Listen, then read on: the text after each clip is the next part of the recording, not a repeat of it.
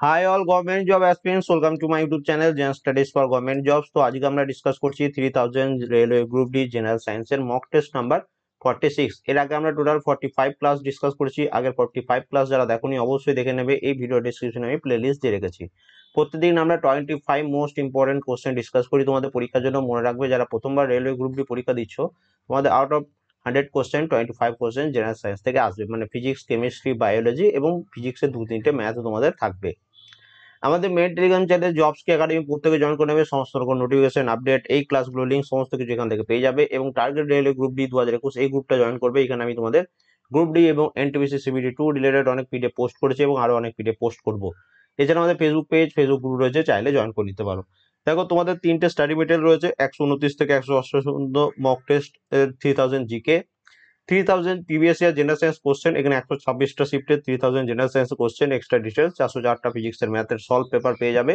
এবং তার সাথে এনটিপিসি সিবিটি 1 পরীক্ষার 30টা শিফটের এনটিপিসি ভলিউম 1। তো এইগুলোর পিডিএফ ভিডিও ডিসক্রিপশনে লিঙ্ক আছে, সেখান থেকেও পেয়ে যাবে। হোয়াটসঅ্যাপ মাধ্যমে পিডিএফ গুলো বাই করতে চাইলে এই নাম্বারে আমাকে মেসেজ করতে পারো। প্রথম প্রশ্ন দেখো কি দিয়েছে, যে নিচের কোনটি ক্ষারকের ক্ষেত্রে সত্য নয়। এগুলোর মধ্যে কোনটি ক্ষারকের ক্ষেত্রে সত্য নয় বলেছে, মানে ভুল। তো এখানে অ্যান্সার কি হবে, নীল লিটমাসকে লাল করে। তো ক্ষারক কি করে, ক্ষারক বা বেস এটা কি করে, লাল লিটমাসকে নীল করে। তো অপশন এ তে যেটা রয়েছে সেটা সঠিক। তারপর দেখো, জলীয় মাধ্যমে বা গলিত অবস্থায় OH মাইনাস সরবরাহ করে এবং এটি স্বাদ তেতো হয়ে থাকে। এটা ক্ষারকের ক্ষেত্রে বা ক্ষারের ক্ষেত্রে সঠিক। এখানে মনে রাখবে, ক্ষারক এক শ্রেণীর রাসায়নিক যৌগ যা হাইড্রোজেন আয়ন গ্রহণ করতে সক্ষম, যেমন ধাতুর অক্সাইড বা হাইড্রোক্সাইডের সমূহ ক্ষার জলে দ্রবণীয় ক্ষারক বা হাইড্রোক্সাইড আয়ন প্রদান করে, মানে OH মাইনাস আয়ন প্রদান করে। এবং মনে রাখবে, ক্ষারক অম্লের সাথে প্রশমন বিক্রিয়া করে লবণ এবং জল উৎপন্ন করে। তো অপশন সি হচ্ছে অ্যান্সার, যে এটা সত্য নয়। 2 নম্বর প্রশ্নে চলে আসি, সবচেয়ে বাইরের কক্ষে উপস্থিত ইলেকট্রন সংখ্যাকে কি বলা হয়। তো তোমাদের প্রায় করিয়ে থাকি, কি বলা হয়, সবচেয়ে বাইরের কক্ষে উপস্থিত ইলেকট্রন সংখ্যাকে বলা হয় ভ্যালেন্স ইলেকট্রন। তো অপশন ডি হচ্ছে আমাদের সঠিক অ্যান্সার। যে মূল গ্রুপযুক্ত মৌলের ক্ষেত্রে সর্ববহিস্থ স্তরে বিদ্যমান ইলেকট্রন সংখ্যায় ওই মৌলের যোজনী ইলেকট্রন বা ভ্যালেন্স ইলেকট্রন বলা হয়। তো মনে করো কোনো একটা মৌল রয়েছে যার অ্যাটমিক নাম্বার হচ্ছে তোমাদের 11 মনে করো। তো এর যদি ইলেকট্রন কনফিগারেশন করো 2, 8, 10, 1, 11, তো বাইরের কক্ষে যেটা থাকে সেটাকে কি বলা হয়, ভ্যালেন্স ইলেকট্রন। একটি যৌন ভিত্তিক বংশ বিস্তার ঘটে কাদের মাধ্যমে, সেক্সুয়াল রিপ্রোডাকশন ঘটে নিম্নোক্ত কাদের মাধ্যমে। তো এখানে অ্যান্সার হচ্ছে বোথ মানে প্রাণী এবং উদ্ভিদের মধ্যে। তো এখানে মনে রাখবে, যৌন প্রজনন বা সেক্সুয়াল রিপ্রোডাকশন হলো বিবর্তনগতভাবে উন্নত প্রাণী এবং উদ্ভিদের প্রজনন পদ্ধতি। কিছু মনেরা, প্রতিষ্ঠা এবং ছত্রাকও অযৌন জননের সাথে সাথে এই যৌন জননের মাধ্যমেও বংশ বিস্তার করে থাকে। যৌন প্রজননকারী জীবগুলো দুটি আলাদা যৌনতা বা লিঙ্গ বিশিষ্ট, যেমন স্ত্রী এবং পুরুষ। এবার দেখো, উদ্ভিদের ক্ষেত্রে কিভাবে যৌন জনন ঘটে। তো উদ্ভিদের ফুল থেকে ফল এবং ফল থেকে বীজ এবং বীজ থেকে নতুন উদ্ভিদের জন্ম হয়। তো এখানে মনে রাখবে যে এই ফুল থেকে বীজ, ফুল থেকে ফল, ফল থেকে বীজ, বীজ থেকে নতুন গাছ, এইভাবে একটি সপুষ্পক উদ্ভিদ যৌন জননের মাধ্যমে বংশ বিস্তার করে। তাই ফুল হচ্ছে উদ্ভিদের যৌন জননের জন্য গুরুত্বপূর্ণ। একটি কৌশল যার মাধ্যমে ক্যাম্বিয়াম টিস্যুতে পুষ্টি সরবরাহ করা হয় নতুন উদ্ভিদ গড়তে এবং সেটাকে বাড়তে লাগে, তাকে কি বলা হয়।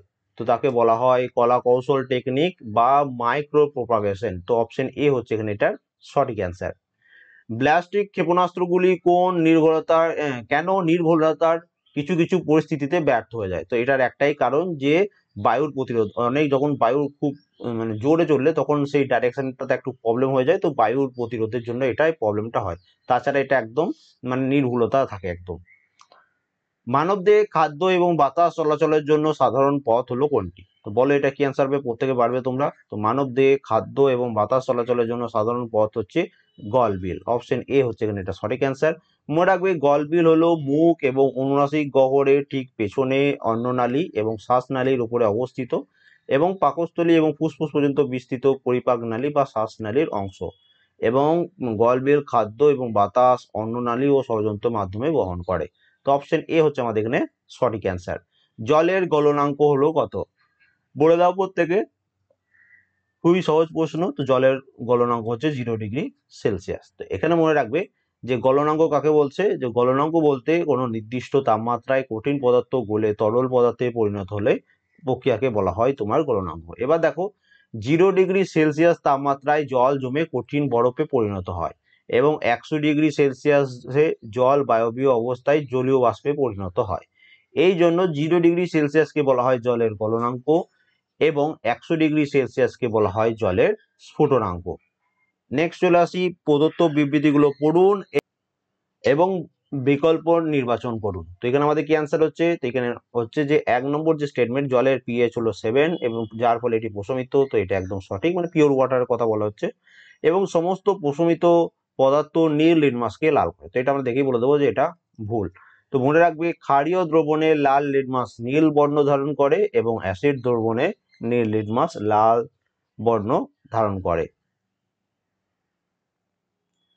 যদি একজন মানুষের ক্রোমোজোম সংখ্যা 46 হয়, তাহলে মানব জাতির সোমাটিক কোষে কতগুলি ক্রোমোজোম উপস্থিত থাকে?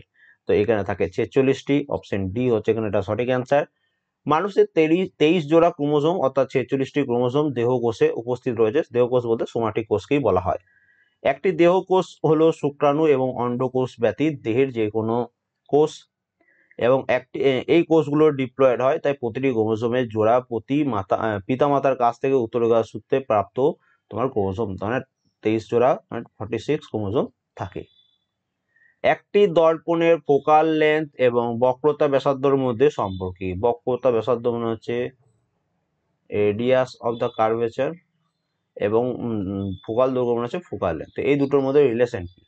তো এখানে দেখতে পাচ্ছ যে একটি দর্পণের ফোকাল লেন্থ এবং বক্রতা ব্যাসার্ধের মধ্যে সম্পর্ক হচ্ছে R=2f, মানে হচ্ছে কি, এই যে পুরো, দাঁড়া একটু এখানে ডিলিট করে দিই।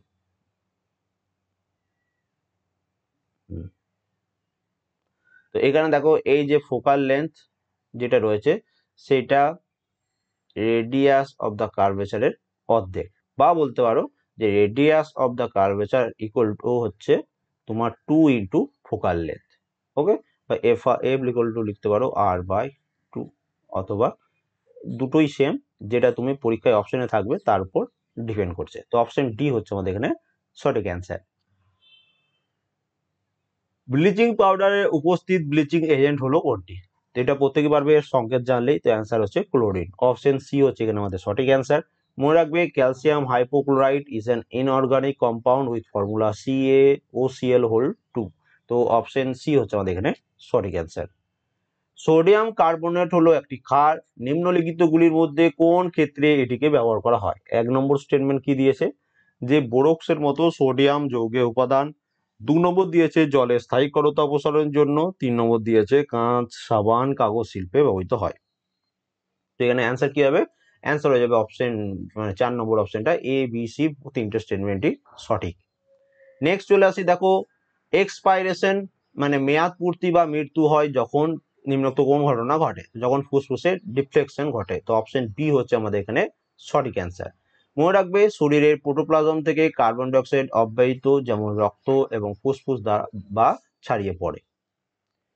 নিম্নলিখিত কোনটি পুরুষদের জন্য টেস্টোস্টেরন সৃষ্টি করে? এগুলোর মধ্যে কোনটি পুরুষদের জন্য টেস্টোস্টেরন সৃষ্টি করে? তো এখানে আমাদের অ্যান্সার হচ্ছে অন্ডকোষ, অপশন সি হচ্ছে এখানে এটা সঠিক অ্যান্সার। এখানে মনে রাখবে, অন্ডকোষ বা শুক্রাশয় বা টেস্টিকলস মেরুদণ্ডী প্রাণীদের পুরুষ পুংজনন কোষ বা শুক্রাণু এবং পুরুষ হরমোন টেস্টোস্টেরন উৎপাদনকারী। তো অন্ডকোষ মানে হচ্ছে শুক্রাশয় বা টেস্টিকল, যা বলবে। ড্যাশ হলো আধুনিক পর্যায় সারণীর তালিকায় বা পর্যায় সারণীর প্রথম ধাতুকল্প। তো মেটালয়েড বা ধাতুকল্প তোমাদের পড়তে বলেছিলাম, আরেকবার প্রথম থেকে আমরা রিভিশন করে নেবো। দেখো, 18 নম্বর যে গ্রুপটা রয়েছে এটাকে বলা হয় নোবেল গ্যাস। ওকে, হিলিয়াম, নিয়ন, আর্গন, ক্রিপ্টন, জেনন, রেডন, অগ্নেশন। 17 নম্বর যে গ্রুপ রয়েছে fluorine, chlorine, bromine, iodine, ATTS। তো এইগুলোকে হচ্ছে তোমাদের কি বলা হয়? হ্যালোজেন।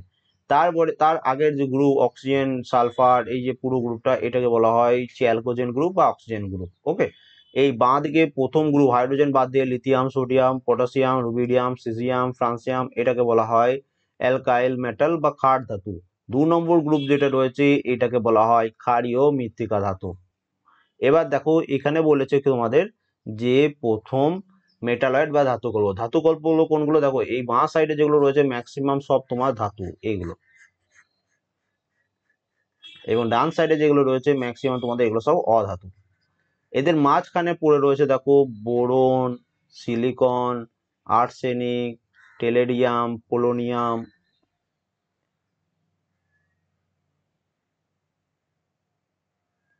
এইগুলো সব হচ্ছে তোমার ধাতু গল্প। ওকে, এবার এখানে তোমার বলেছে যে আধুনিক পর্যায় সারণীতে প্রথম তোমার ধাতু গল্প কোনটি। তো এখানে আমরা বলে দিতে পারবো যে বোরন হচ্ছে প্রথম ধাতু গল্প। তো এখানে দেখো অপশন সি হচ্ছে এখানে এটা সঠিক অ্যান্সার, বি হচ্ছে বোরন। তো বোরন হচ্ছে আমাদের সঠিক অ্যান্সার। মনে রাখবে টোটাল 6টি ধাতু গল্প রয়েছে। বোরন হয়ে গেল, সেকেন্ডে রয়েছে সিলিকন, থার্ডে রয়েছে তোমাদের জার্মেনিয়াম, ফোর্থে রয়েছে তোমাদের আর্সেনিক, ফিফথে রয়েছে অ্যান্টিমনি এবং সিক্সথে রয়েছে টেলেরিয়াম। ওকে, তো এগুলো কি মেনলি ধরা হয় তোমাদের ধাতু গল্প। নেক্সট চলে আসি পরবর্তী প্রশ্ন, একটি গোলীয় দর্পণে প্রতিফলক পৃষ্ঠটির কেন্দ্রবিন্দুকে কি বলা হয়। একটি গোলীয় দর্পণের প্রতিফলক পৃষ্ঠটির কেন্দ্রবিন্দুকে বলা হয় মেরু। অপশন সি হচ্ছে এখানে এটা সঠিক অ্যান্সার, যে একটি গোলীয় দর্পণের প্রতিফলিত পৃষ্ঠের কেন্দ্রকে মেরুবিন্দু বলা হচ্ছে। গোলীয় দর্পণে প্রতিফলিত পৃষ্ঠটি গোলাকার একটি অংশ গঠন করে। এই গোলকের একটি অংশ গঠন করে। তো এই গোলকের কেন্দ্রকে বলা হয় দর্পণের বক্রতা কেন্দ্র। এর সাথে মনে রাখবে মেরুবিন্দু এবং বক্রতা কেন্দ্রের মধ্যে দিয়ে যাওয়া একটি সরল রেখাকে প্রধান অক্ষ বলা হয়। মেরুবিন্দু এবং প্রধান কেন্দ্রবিন্দুর মধ্যেকার দূরত্বকে প্রধান ফোকাস দৈর্ঘ্য বলা হয়। পিত্তের কার্যকারিতাকে বলা যেতে পারে কি। তো পিত্তের কার্যকারিতাকে কি বলা হয়, তো এটাকে বলা হয় রস সঞ্চারণ। অপশন ডি হচ্ছে এখানে এটা সঠিক অ্যান্সার, এবং যকৃৎ পিত্তরস তৈরি করে। তো এটাও মনে রাখবে। নিচের কোনটি জীবের ক্ষেত্রে স্ফুটন বা বার্ডিং মাধ্যমে বংশ বিস্তার করে বা স্ফুটন করে বা বার্ডিং ঘটে নিম্নোক্ত কোনটির মধ্যে। তো এটা অ্যান্সার হচ্ছে হাইড্রা। অপশন বি হচ্ছে এখানে এটা সঠিক অ্যান্সার। এবং দ্বিবিভাজন বা বাইনারি ফিশন এটা ঘটে থাকে অ্যামিবা এবং প্যারামেসিয়ামের মধ্যে। মেন্ডেল F1 জনু থেকে F2 জনুতে প্রাপ্ত করেন এই পদ্ধতি অনুসরণ করে। তো কোন পদ্ধতি অনুসরণ করে, তো এখানে মনে রাখবে স্বপরাগযোগ পদ্ধতি অনুসরণ করে। তো অপশন ডি হচ্ছে আমাদের এখানে সঠিক অ্যান্সার। আধুনিক পর্যায় সারণীর পর্যায় ড্যাশ এবং ড্যাশে ল্যান্থানাইড এবং অ্যাক্টানাইড গুলো থাকে। তো এতক্ষণ দেখো নোবেল গ্যাস, হ্যালোজেন, খাট ধাতু, ক্ষারীয় মৃত্তিকা ধাতু, ধাতু গল্প সমস্ত কিছু পড়লাম। এবার কি পড়বো, এবার আমরা পড়বো ল্যান্থানাইড এবং অ্যাক্টানাইড কোনটাকে বলছে। তো ল্যান্থানাইড সিরিজ হচ্ছে দেখো 58 নম্বর থেকে শুরু করে 71 নম্বর পর্যন্ত। তো এবং এটা কোন নম্বর তোমার পর্যায়ে থাকে, এটা থাকে ষষ্ঠ পর্যায়ে। এবং অ্যাক্টানয়েড যেটা সেটা হচ্ছে সপ্তম পর্যায়ে, 90 থেকে শুরু করে 103 পর্যন্ত। এবং এগুলো কোথায় থাকে, এই যে দেখতে পাচ্ছ 6 নম্বর যে তোমাদের পর্যায়, এবং এটা হচ্ছে 7 নম্বর পর্যায়। এখানে দেখো এখানে 57 রয়েছে, তারপর এখানে 72 রয়েছে। তো সেই 57 পর থেকে 58 থেকে শুরু করে 71 পর্যন্ত, এখানে দেখো আবার 72 রয়েছে। তো এই 71 পর্যন্ত যেটা থাকে সেটাকে ল্যান্থানয়েড সিরিজ বলে, এবং এটা ষষ্ঠ পর্যায়ে রয়েছে। পর্যায় বলতে এই লাইনটাকে বলছে, এইগুলোকে পর্যায় বলছে। তো এটা ষষ্ঠ পর্যায়ের মধ্যে পড়ছে। এবং এই যে সপ্তম পর্যায়ে এখানে দেখো 89 রয়েছে, তারপর এখানে 90 থেকে শুরু হচ্ছে তোমাদের অ্যাক্টানয়েড সিরিজ, 90 থেকে 103 পর্যন্ত। আবার এখানে দেখো 104 রয়েছে। তো এটা হচ্ছে সপ্তম গ্রুপ। তো সপ্তম পর্যায়। তো সপ্তম পর্যায়ের মধ্যে তোমাদের এইটা রয়েছে। তাহলে অ্যান্সার কি হয়ে যাচ্ছে, যে ষষ্ঠ এবং সপ্তম পর্যায়, ষষ্ঠ পর্যায়ে ল্যান্থানাইড এবং সপ্তম পর্যায়ে অ্যাক্টানাইড রয়েছে। পরবর্তী প্রশ্ন দেখো, জীবের শ্রেণীবিন্যাসের প্রাথমিক একক বা বেসিক ইউনিট অফ ট্যাক্সোনমি হলো কি।